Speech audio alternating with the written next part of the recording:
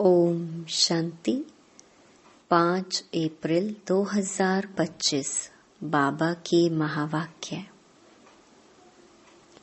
मीठे बच्चे, तुम्हें अभी नाम रूप की बीमारी से बचना है।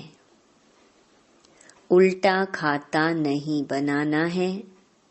एक बाप की याद में रहना है। प्रश्न: भाग्यवान बच्चे किस मुख्य पुरुषार्थ से अपना भाग्य बना देते हैं? उत्तर: भाग्यवान बच्चे सबको सुख देने का पुरुषार्थ करते हैं। मनसा वाचा कर्मणा कोई को दुख नहीं देते हैं। शीतल होकर चलते हैं तो भाग्य बनता जाता है। तुम्हारी यह स्टूडेंट लाइफ है। तुम्हें अब घुटके नहीं खाने हैं। अपार खुशी में रहना है। गीत: तुम ही हो माता पिता, तुम ही हो। ओम शांति। सभी बच्चे मुरली सुनते हैं।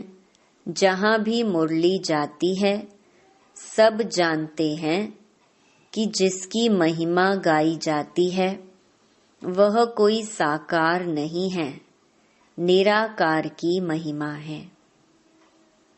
निराकार साकार द्वारा अभी सम्मुख मुरली सुना रहे हैं। ऐसे भी कहेंगे, अभी हम आत्मा उन्हें देख रहे हैं। आत्मा बहुत सूक्ष्म है, इन आँखों से देखने में नहीं आती। भक्ति मार्ग में भी जानते हैं कि हम आत्मा सूक्ष्म है, परंतु पूरा रहस्य बुद्धि में नहीं है कि आत्मा है क्या। परमात्मा को याद करते हैं, परंतु वह है क्या, यह दुनिया नहीं जानती। तुम भी नहीं जानते थे। अभी तुम बच्चों को यह निश्चय है कि यह कोई लौकिक टीचर व संबंधी भी नहीं। जैसे सृष्टि में और मनुष्य हैं, वैसे यह दादा भी था। तुम जब महिमा गाते थे, त्वमेव माताश्च पिता त्वमेव, तो समझते थे ऊपर में है। अभी बाप कहते हैं, मैंने इसमें प्रवेश किया है, मैं वही इसमें हूँ। आगे तो बहुत प्रेम से महिमा गाते थे, डर भी रखते थे। अभी तो वह यहाँ इस शरीर में आए हैं। जो निराकार था वह अब साकार में आ गया है। वह बैठ बच्चों को सिखलाते हैं। दुनिया नहीं जानती कि वह क्या सिखलाते हैं। वह तो गीता का भगवान श्री कृष्ण समझते हैं। कह देते हैं वह राजयोग सिखलाते हैं। अच्छा, बाकी बाप क्या करते हैं? भल गाते थे तुम मात पिता, परंतु उनसे क्या और कब मिलता है यह कुछ नहीं जानते। गीता सुनते थे तो समझते थे श्री कृष्ण द्वारा राजयोग सीखा था। फिर वह कब आकर सिखलाएंगे, वह भी ध्यान में आता होगा। इस समय यह वही महाभारत लड़ाई है, तो जरूर श्री कृष्ण का समय होगा। जरूर वही हिस्ट्री ज्योग्राफी रिपीट होनी चाहिए। दिन प्रतिदिन समझते जाएंगे। जरूर गीता का भगवान होना चाहिए। बरोबर महाभारत लड़ाई भी देखने में आती है। जरूर इस दुनिया का अंत होगा। दिखाते हैं पांडव पहाड़ पर चले गए तो उनकी बुद्धि में यह आता होगा, बरोबर विनाश तो सामने खड़ा है, अब श्री कृष्ण है कहाँ? ढूंढते रहेंगे जब तक तुमसे सुने कि गीता का भगवान श्री कृष्ण नहीं शिव है। तुम्हारी बुद्धि में तो यह बात पक्की है, यह तुम कभी भूल नहीं सकते। कोई को भी तुम समझा सकते हो गीता का भगवान श्री कृष्ण नहीं शिव है। दुनिया में तो कोई भी नहीं कहेगा सिवाय तुम बच्चों के। अब गीता का भगवान राजयोग सिखलाते थे तो जरूर इससे सिद्ध होता है नर से नारायण बनाते थे। तुम बच्चे जानते हो भगवान हमको पढ़ाते हैं, बरोबर नर से नारायण बनाते हैं। इन लक्ष्मी नारायण का स्वर्ग में राज्य था ना, अभी तो वह स्वर्ग भी नहीं है, तो नारायण भी नहीं है, देवताएं भी नहीं हैं। चित्र है जिससे समझते हैं यह होकर गए हैं। अभी तुम समझते हो इन्हों को कितने वर्ष हुए। तुमको पक्का मालूम है आज से 5000 वर्ष पहले इन्हों का राज्य था। अभी तो है अंत, लड़ाई भी सामने खड़ी है। जानते हो बाप हमको पढ़ा रहे हैं, सभी सेंटर्स में पढ़ते भी हैं तो पढ़ाते भी हैं। पढ़ाने की युक्ति बड़ी अच्छी है, चित्रों द्वारा समझानी अच्छी मिल सकेगी। मुख्य बात है गीता का भगवान शिव व श्री कृष्ण। फर्क तो बहुत है ना। सद्गति दाता स्वर्ग की स्थापना करने वाला अथवा आदि सनातन देवी देवता धर्म की फिर से स्थापना करने वाला शिव व श्री कृष्ण। मुख्य है ही 3 बातों का फैसला। इस पर ही बाबा जोर देते हैं। बल ओपिनियन लिखकर देते हैं कि यह बहुत अच्छा है, परंतु इससे कुछ भी फायदा नहीं।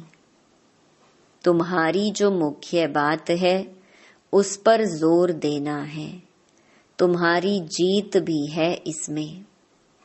तुम सिद्ध कर बतलाते हो भगवान एक होता है। ऐसे नहीं कि गीता सुनाने वाले भी भगवान हो गए। भगवान ने इस राजयोग द्वारा ज्ञान और देवी देवता धर्म की स्थापना की। बाबा समझाते हैं बच्चों पर माया का वार होता रहता है। अभी तक कर्मातीत अवस्था को कोई ने पाया नहीं है। पुरुषार्थ करते करते अंत में तुम एक बाबा की याद में सदैव हर्षित रहेंगे। कोई मुरझाइश नहीं आएगी। अभी तो सिर पर पापों का बोझा बहुत है, वह याद से ही उतरेगा। बाप ने पुरुषार्थ की युक्तियां बतलाई हैं, याद से ही पाप कटते हैं। बहुत बुद्धू हैं जो याद में ना रहने कारण फिर नाम रूप आदि में फंस पड़ते हैं। हर्षित मुख हो किसको ज्ञान समझाएं वह भी मुश्किल है। आज किसको समझाया, कल फिर घुटका आने से खुशी गुम हो जाती है। समझना चाहिए यह माया का वार होता है। इसीलिए पुरुषार्थ कर बाप को याद करना है। बाकी रोना पीटना व बेहाल नहीं होना है। समझना चाहिए माया पादर माना जूता मारती है, इसीलिए पुरुषार्थ कर बाप को याद करना है। बाप की याद से बहुत खुशी रहेगी। मुख से झट वाणी निकलेगी, पतित पावन बाप कहते हैं कि मुझे याद करो। मनुष्य तो एक भी नहीं जिसको रचता बाप का परिचय हो। मनुष्य होकर और बाप को ना जाने तो जानवर से भी बदतर हुआ। गीता में श्री कृष्ण का नाम डाल दिया है तो बाप को याद कैसे करें? यही बड़ी भूल है जो तुमको समझानी है। गीता का भगवान शिव बाबा है, वही वर्षा देते हैं। मुक्ति जीवन मुक्ति दाता वह है, और धर्म वालों की बुद्धि में बैठता नहीं। वह तो हिसाब किताब चुकतू कर वापिस चले जाएंगे। पिछाड़ी में थोड़ा परिचय मिला, फिर भी जाएंगे अपने धर्म में। तुमको बाप समझाते हैं तुम देवता थे, अभी फिर बाप को याद करने से तुम देवता बन जाएंगे। विकर्म विनाश हो जाएंगे। फिर भी उल्टे सुलटे धंधे कर लेते हैं। बाबा को लिखते हैं, आज हमारी अवस्था मुरझाई हुई है। बाप को याद नहीं किया। याद नहीं करेंगे तो जरूर मुरझाएंगे। यह है ही मुर्दों की दुनिया। सभी मरे पड़े हैं। तुम बाप के बने हो तो बाप का फरमान है, मुझे याद करो तो विकर्म विनाश हो जाए। यह शरीर तो पुराना तमो प्रधान है। पिछाड़ी तक कुछ न कुछ होता रहेगा। जब तक बाप की याद में रहे, कर्मातीत अवस्था को पाए, तब तक माया हिलाती रहेगी, किसको भी छोड़ेगी नहीं। जांच करते रहना चाहिए कि माया कैसे धक्का खिलाती है। भगवान हमको पढ़ाते हैं, यह भूलना क्यों चाहिए। आत्मा कहती है, हमारा प्राणों से प्यारा वह बाप ही है। ऐसे बाप को फिर तुम क्यों भूलते हो। बाप धन देते हैं दान करने के लिए। प्रदर्शनी मेले में तुम बहुतों को दान कर सकते हो। आपे ही शौक से भागना चाहिए। अभी तो बाबा को ताकीद करनी पड़ती है, उमंग दिलाना पड़ता है, जाकर समझाओ। उसमें भी अच्छा समझा हुआ चाहिए। देह अभिमानी का तीर लगेगा नहीं। तलवारें भी अनेक प्रकार की होती है ना। तुम्हारी भी योग की तलवार बड़ी तीखी चाहिए। सर्विस का उल्लास चाहिए। बहुतों का जाकर कल्याण करें। बाप को याद करने की ऐसी प्रैक्टिस हो जाए जो पिछाड़ी में सिवाय बाप के और कोई याद ना पड़े। तब ही तुम राजाई पद पाएंगे। अंत काल जो अलफ को सिमरे और फिर नारायण को सिमरे। बाप और नारायण माना वर्षा ही याद करना है। परंतु माया कम नहीं है। कच्चे तो एकदम ढेर हो पड़ते हैं। उल्टे कर्मों का खाता तब बनता है जब किसी के नाम रूप में फंस पड़ते हैं।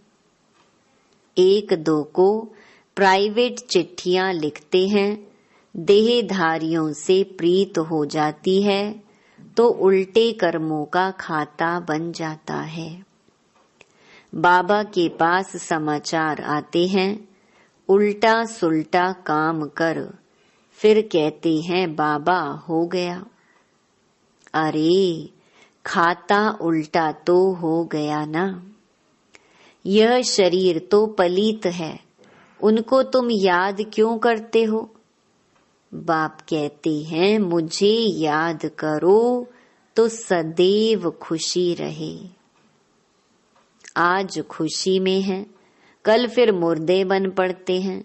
जन्म जन्मांतर नाम रूप में फंसते आते हैं ना। स्वर्ग में यह बीमारी नाम रूप की होती नहीं, वहां तो मोहजीत कुटुंब होता है। जानते हैं हम आत्मा हैं, शरीर नहीं, वह है ही आत्म अभिमानी दुनिया। यहाँ है देही अभिमानी दुनिया। फिर आधा कल्प तुम देही अभिमानी बन जाते हो। अब बाप कहते हैं देही अभिमान छोड़ो। देही अभिमानी होने से बहुत मीठे शीतल हो जाएंगे। ऐसे बहुत थोड़े हैं, पुरुषार्थ कराते रहते हैं कि बाप की याद ना भूलो। बाप फरमान करते हैं मुझे याद करो, चार्ट रखो, परंतु माया चार्ट भी रखने नहीं देती है। ऐसे मीठे बाप को तो कितना याद करना चाहिए। यह तो पतियों का पति, बापों का बाप है ना।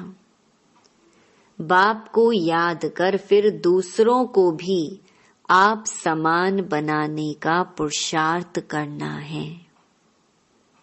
इसमें दिलचस्पी बहुत अच्छी रखनी चाहिए। सर्विसेबल बच्चों को तो बाप नौकरी से छुड़ा देते हैं। सरकमस्टेंस देख कहेंगे अब इस धंधे में लग जाओ। एम ऑब्जेक्ट तो सामने खड़ी है। भक्ति मार्ग में भी चित्रों के आगे याद में बैठते हैं ना। तुमको तो सिर्फ आत्मा समझ परमात्मा बाप को याद करना है। विचित्र बन विचित्र बाप को याद करना है, यह मेहनत है। विश्व का मालिक बनना कोई मासी का घर नहीं है। बाप कहते हैं मैं विश्व का मालिक नहीं बनता हूँ, तुमको बनाता हूँ। कितना माथा मारना पड़ता है। सपूत बच्चों को तो आपे ही औना लगा रहेगा, छुट्टी लेकर भी सर्विस में लग जाना चाहिए। कई बच्चों को बंधन भी है, मोह भी रहता है। बाप कहते हैं तुम्हारी सब बीमारियां बाहर निकलेंगी। तुम बाप को याद करते रहो। माया तुमको हटाने की कोशिश करती है। याद ही मुख्य है। रचता और रचना के आदि मध्य अंत का ज्ञान मिला, बाकी और क्या चाहिए। भाग्यवान बच्चे सबको सुख देने का पुरुषार्थ करते हैं। मनसा वाचा कर्मणा, किसी को दुख नहीं देते हैं, शीतल होकर चलते हैं तो भाग्य बनता जाता है। अगर कोई नहीं समझते हैं तो समझा जाता इनके भाग्य में नहीं है। जिनके भाग्य में है वह अच्छी रीति सुनते हैं, अनुभव भी सुनाते हैं ना, क्या क्या करते थे। अब मालूम पड़ा है जो कुछ किया उससे दुर्गति ही हुई। सदगति को तब पाएं जब बाप को याद करें। बहुत मुश्किल कोई घंटा आधा घंटा याद करते होंगे, नहीं तो गुटखा खाते रहते हैं। बाप कहते हैं आधा कल्प गुटखा खाया, अब बाप मिला है। स्टूडेंट लाइफ है तो खुशी होनी चाहिए ना, परंतु बाप को घड़ी घड़ी भूल जाते हैं। बाप कहते हैं तुम कर्म योगी हो। वह धंधा आदि तो करना ही है, नींद भी कम करना अच्छा है। याद से कमाई होगी, खुशी भी रहेगी। याद में बैठना जरूरी है। दिन में तो फुर्सत नहीं मिलती है, इसीलिए रात को समय निकालना चाहिए। याद से बहुत खुशी रहेगी। किसको बंधन है तो कह सकते हैं हमको तो बाप से वर्षा लेना है, इसमें कोई रोक नहीं सकता। सिर्फ गवर्नमेंट को जाए समझाओ कि विनाश सामने खड़ा है। बाप कहते हैं मुझे याद करो तो विकर्म विनाश होंगे, और यह अंतिम जन्म तो पवित्र रहना है, इसलिए हम पवित्र बनते हैं। परंतु कहेंगे वह जिनको ज्ञान की मस्ती होगी। ऐसे नहीं कि यहाँ आकर फिर देहधारी को याद करते रहे।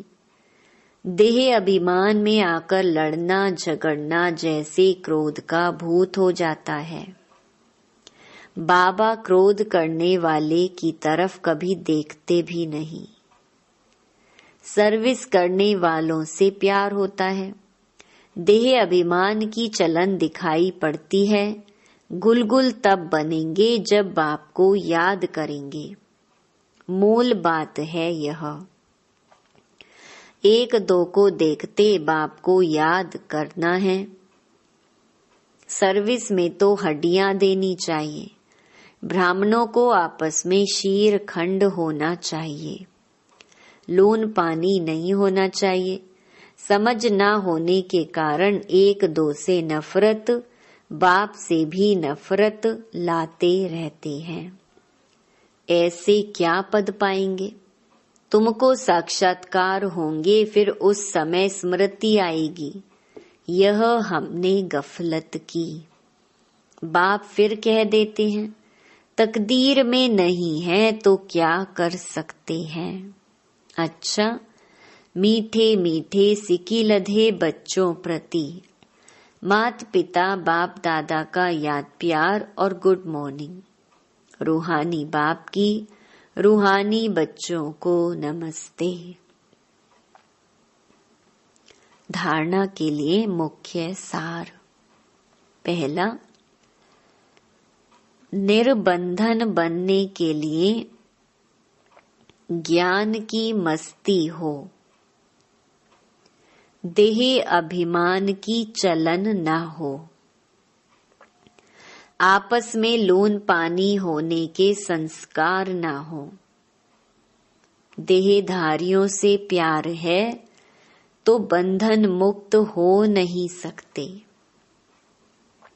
दूसरा, कर्म योगी बनकर रहना है, याद में बैठना जरूर है। आत्म अभिमानी बन बहुत मीठा और शीतल बनने का पुरुषार्थ करना है। सर्विस में हड्डियां देनी है। वरदान, श्रीमत से मनमत और जनमत की मिलावट को समाप्त करने वाले सच्चे स्व कल्याणी भव। बाप ने बच्चों को सभी खजाने स्व कल्याण और विश्व कल्याण के प्रति दिए हैं, लेकिन उन्हें व्यर्थ तरफ लगाना, अकल्याण के कार्य में लगाना, श्रीमत में मनमत और जनमत की मिलावट करना, यह अमानत में खयानत है। अब इस खयानत और मिलावट को समाप्त कर रूहानियत और रहम को धारण करो। अपने ऊपर और सर्व के ऊपर रहम कर स्व कल्याणी बनो। स्व को देखो, बाप को देखो, औरों को नहीं देखो। स्लोगन, सदा हर्षित वही रह सकते हैं जो कहीं भी आकर्षित नहीं होते हैं। अव्यक्त इशारे। कंबाइंड रूप की स्मृति से सदा विजयी बनो। बाबा और हम कंबाइंड हैं। करावन हार बाबा और करने के निमित्त मैं आत्मा हूँ। इसको कहते हैं असोच, अर्थात एक की याद। शुभ चिंतन में रहने वाले को कभी चिंता नहीं होती। जैसे बाप और आप कंबाइंड हो, शरीर और आत्मा कंबाइंड है। आपका भविष्य विष्णु स्वरूप कंबाइंड है। ऐसे स्व सेवा और सर्व की सेवा कंबाइंड हो, तब मेहनत कम, सफलता ज्यादा मिलेगी। अच्छा, ओम शांति।